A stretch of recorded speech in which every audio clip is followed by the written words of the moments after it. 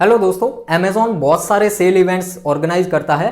कभी prime day के नाम से, कभी एंड ऑफ ईयर सेल के नाम से, तो कभी फेस्टिवल सेल के नाम से। लाखों करोड़ों कस्टमर्स इन तरह के सेल इवेंट्स में पार्टिसिपेट करते हैं और सिर्फ एक ही दिन में मिलियंस ऑफ डॉलर्स का बिजनेस होता है।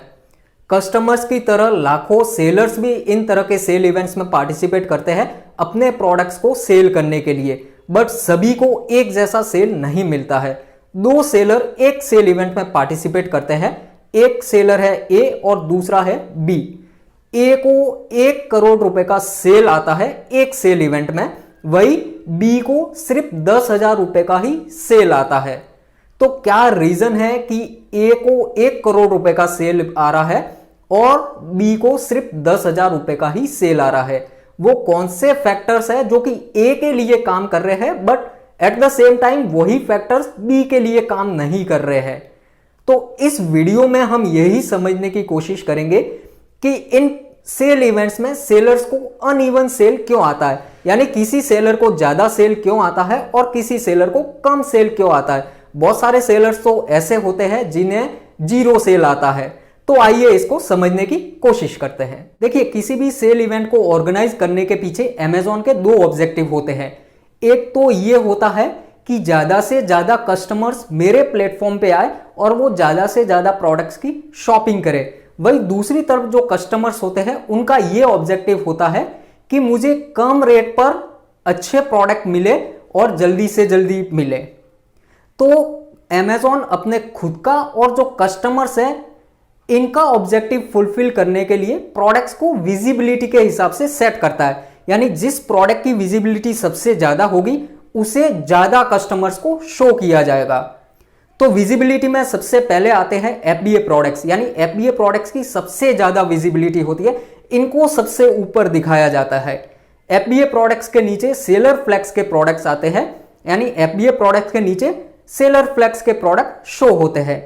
उसके बाद मल्टी सेलर फ्लैक्स के जो प्रोडक्ट है उनको शो किया जाता है। उसके बाद इजी शिप प्राइम के प्रोडक्ट आते हैं और सबसे लास्ट में आते हैं एफबीएम प्रोडक्ट्स, यानी एफबीएम प्रोडक्ट्स की विजिबिलिटी सबसे कम होती है, उनको सबसे लास्ट में दिखाया जाता है। अमेजॉन का दूसरा ऑब्जेक्टिव ये होता है कि ज्यादा से ज्यादा कस्टमर्स तो आए बट उन्हें ज्यादा से ज्यादा डिस्काउंट भी मिले। तो कस्टमर्स को ज्यादा डिस्काउंट देने के लिए अमेजॉन कुछ सेलर्स को सेलेक्ट करता है।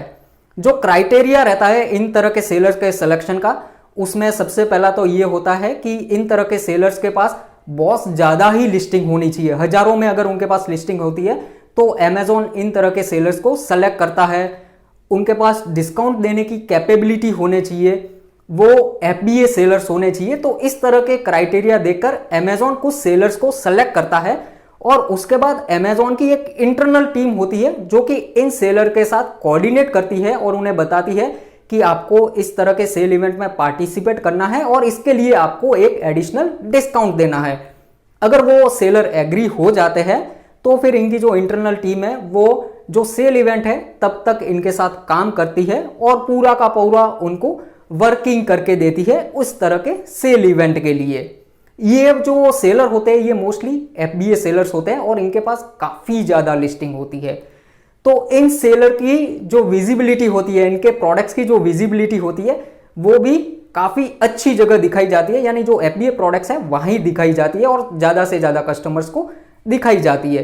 तो ये दोनों पॉइंट मैंने आपसे जो डिस्कस किए हैं, अगर आप इनका सही ढंग से एनालिसिस करोगे तो आपको एक बेसिक आइडिया आ जाएगा कि किन किन क्राइटेरिया रहता है जिनको कि आपको फुलफिल करना है ताकि आप भी इन तरह के सेल इवेंट में पार्टिसिपेट कर सकते हैं और अपना सेल बढ़ा सकते हैं। देखिए, इसके लिए आपको कोई बड़ा सेलर बनने की जरूरत नहीं है। आपको सिंपली अगर आप एफबीए करते हो तो आप इन तरह के सेल इवेंट्स के लिए एलिजिबल हो जाते हो। आप कुछ एडिशनल डिस्काउंट देकर भी अपना जो भी सेल इवेंट है उसमें पार्टिसिपेट करके अपना सेल बढ़ा सकते हैं। तो आई होप ये वीडियो आपके बिजनेस में कुछ वैल्यू ऐड करेगा। आज के लिए इतना ही। Thanks for watching.